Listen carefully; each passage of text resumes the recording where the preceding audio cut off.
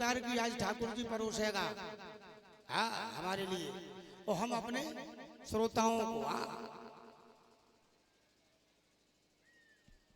बंधुओं ध्यान देना, भगवान बोले देखो ये गोपियों तुमने दर्शन कर लिया, अब तो लौट जाओ, है पति की सेवा करो। तुम्हें मालूम है पति की सेवा का फल। भगवान बोले एक पतिव्रता चावल बीन रही थी बैठ करके, थका मादा उसका पति आया, बैठ गया पास में, नींद लग गई बस, और वो तो वहीं लेट गया है?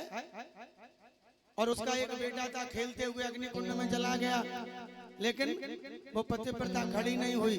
पति की जब नींद टूटी तो जब अग्निकुंड में जाकर के देखा तो महाराज उसका बालक अग्निकुंड में खेल रहा है। ये पतिव्रता का प्रताप। एक गोपी ने कहा, बोले सुनो प्रभु, दो चार कथाएं हम भी जानते तुम्हारे जैसे। भगवान बोले तुम भी सुनाओ।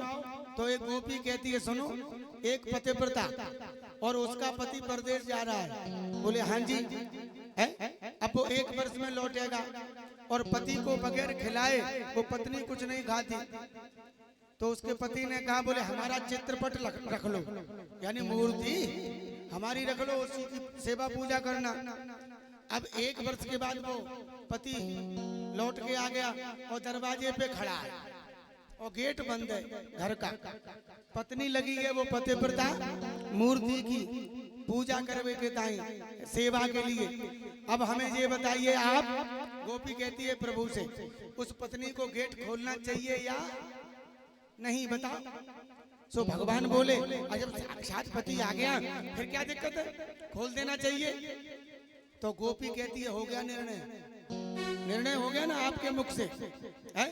जगत के पति, जगत के पिता, जगत के परदादा, जगत की माता तो सब आप हो, हैं? आपसे बढ़कर कोई पति हो सकता है क्या? सारे संसार के तो आप हो, कह दिया गोपियों ने।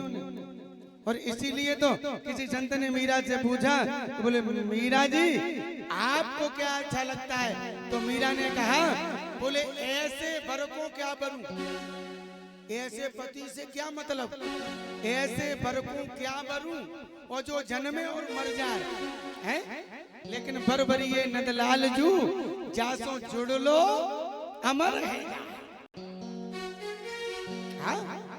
इसीलिए तो कहा मीरा, हाँ, कि मेरे तो गिरधर गोपाल दूसरो न कोई, और यहाँ के सिर मोर मुकुट मेरो पति सोई, असुअन जल सींच सींच प्रेम बेल बोई, और अब तो बेल फैल गई अमृत फल।